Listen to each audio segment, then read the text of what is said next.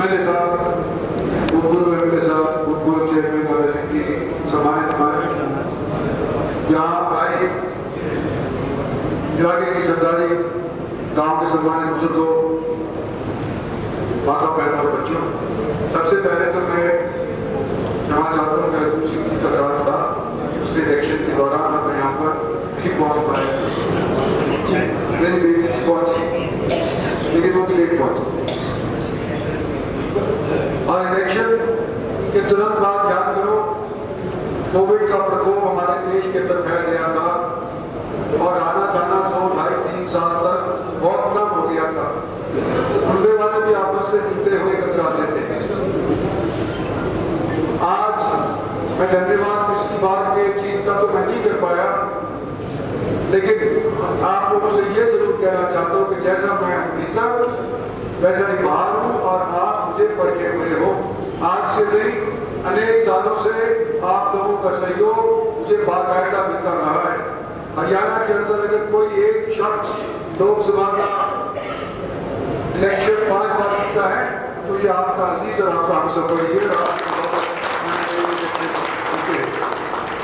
आज तीसरी बार भारतीय जनता पार्टी की टिकट के ऊपर मेरे कोई प्रत्याशी के तौर के ऊपर फिर आप लोगों के बीच के अंदर भेजा है। जो हरियाणा में काम हुए उसका जिक्र करें, जो गुड़गांव के अंदर काम हो रहे हैं उसका जिक्र करें, तो बहुत टाइम लग जाएगा उससे वोट नहीं मिलेगी। वो तो आप देखोगे और अपने दिल से पूछोगे कि हरियाणा का नक्शा बदला है कि नहीं बदला पिछले 10 साल के, और अगर बदला है, भारत सरकार का ये इलेक्शन है, मोदी को फिर से बनाने वाली बात बन रही है। आपसे ये निवेदन करता हूं कि वो कड़ी मोदी को बनाने वाली एक मैं भी हूं, अगर मेरे मार्फत प्रधानमंत्री भी चुने जाएंगे। और जो काम गुड़गांव के अंदर ऐसे हैं जिसके अंदर हो सकता है कि पूरे तौर के ऊपर हरियाणा सरकार की तरफ से तवज्जो ना दी गई हो या ना दे पाए हो, गली का हो सकता है, सड़क का हो सकता है, थाना तहसील का हो सकता है, आपस के अंदर रंजिशबाजी का भी हो सकता है।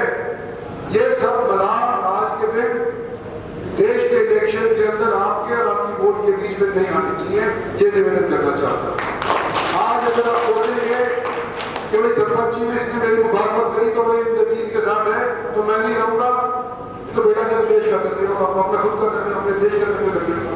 इसलिए आपसे मेरा निवेदन है कि भाई 25 तारीख को मुझे जिताओ और मैं आपकी दी हुई ताकत को आपके लिए इस्तेमाल करूंगा, अपने निजी स्वार्थ के लिए इस्तेमाल नहीं करूंगा।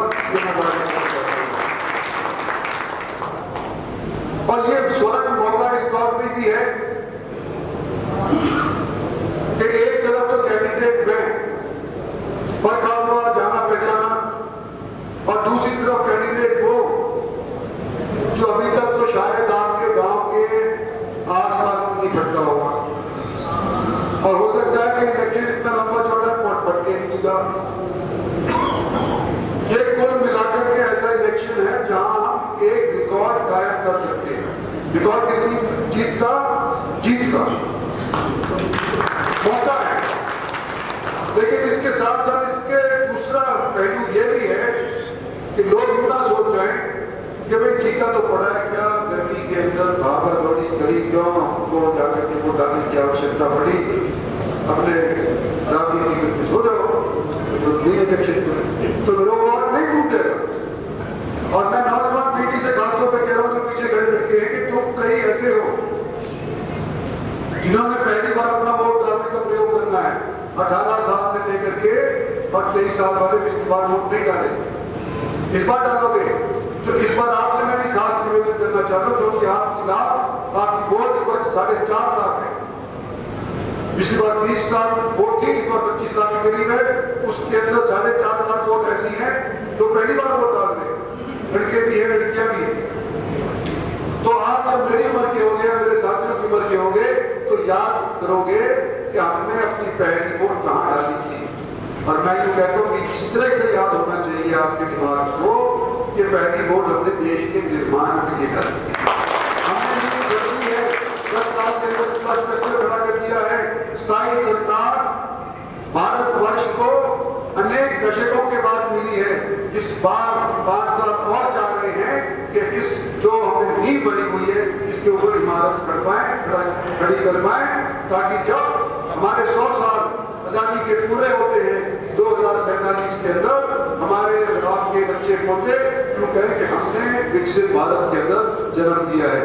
इस मुहिम के अंदर आपका सहयोग चाहता हूँ और उम्मीद करता हूँ कि छत्तीसगढ़ी नर बीर माताएं बहनें सब मिलकर के 25 तारीख को कमल के फूल वाला बटन दबाएंगी। धन्यवाद।